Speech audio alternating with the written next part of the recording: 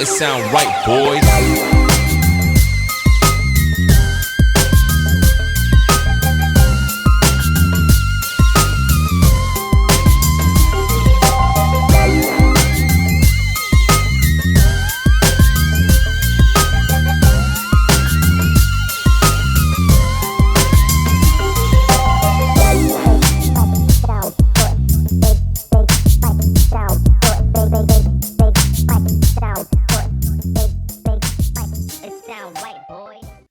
Hey guys, thanks again for tuning in to one of my videos. This is another unboxing video. Now, just like most hobbies, we all have our preferences. So before doing the unboxing video, I want to talk about a yeast starter. What is a starter? When you start beekeeping, you purchase a starter beehive. In home brewing, you take the yeast, and the goal is to build that yeast colony so the yeast cells have a chance to multiply. The Stirplate that I'm using is going to allow me to let that yeast colony grow actively while I go and multitask and do something else. To be honest with you guys, I very seldom ever make a starter when I brew a mead, but for beer making, it's a step that's recommended. Without further ado, let's go open that box.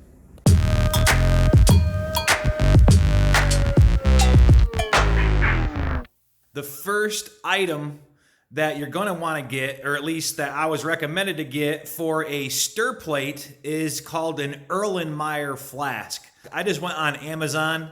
There's different sizes. This is a 2,000 milliliter size. I apologize for not having other sizes to demonstrate here. We're going to use this Erlenmeyer Flask to put our water, dump our yeast packet inside of here, and also add our yeast nutrient and other yeast energizers, etc. Whatever it is that you use to make your yeast starter, you can put in this flask. You can put tea in here to your hot water. You can also use an Erlenmeyer flask to mix honey. There's multi-uses on how you can use an Erlenmeyer flask and how you can use a Stirplate.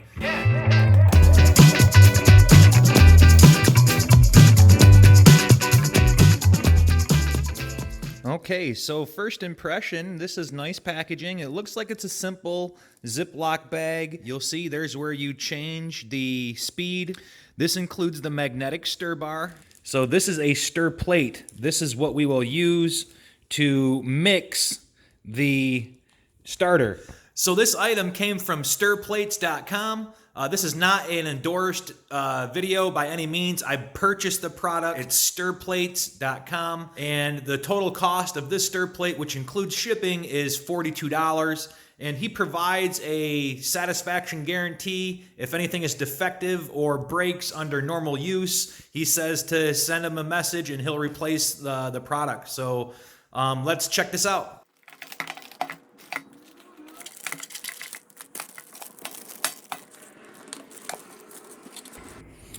Okay, so this is very lightweight. It's not heavy at all. You'll see there's a very powerful magnet there. So that little stir bar is what we're going to put inside of the Erlenmeyer flask. Inside of this little box here was the AC adapter. It just plugs into the little hole on the back and plugs into the electrical socket.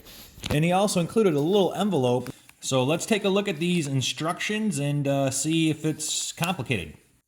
Okay, so here is the piece of paper, and we see there's a little keeper magnet, I guess. We'll find out what that is all about when we're ready to start here. Direction sheet tells you about the orientation. The little bar here determines the speed of the stirring.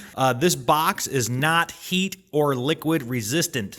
A flat bottom flask, like an Erlenmeyer flask, is recommended.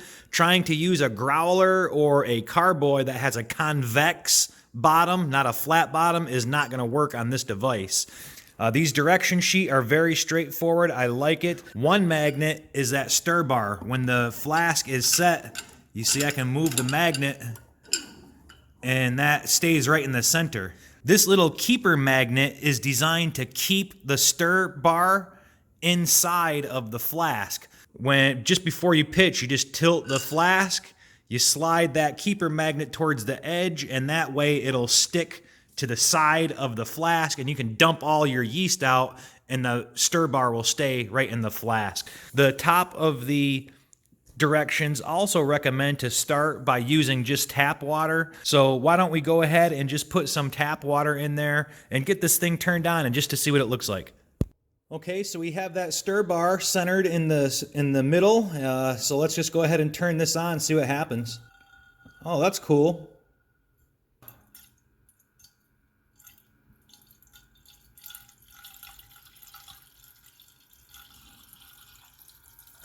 Okay, and this is at full speed. Again, it's really not noisy, but you can kind of see it's kind of sucking in the air. That vortex allows air to be pulled into the water, and the air is what the yeast need to colonize. You can see all the air bubbles. So we can slow it down. So any of you guys out there that use a stir plate and make starters frequently, please leave your comments below. Anything that's helpful, any pointers, again, for brewing wine, brewing beer, brewing mead, anything that requires you to rehydrate yeast or to make a yeast starter, this will be great. Thanks for watching. Big shout out to stirplates.com. If you want to get a stir plate, grab it. $42, includes the shipping. So stay tuned, and we'll have another unboxing video coming up soon.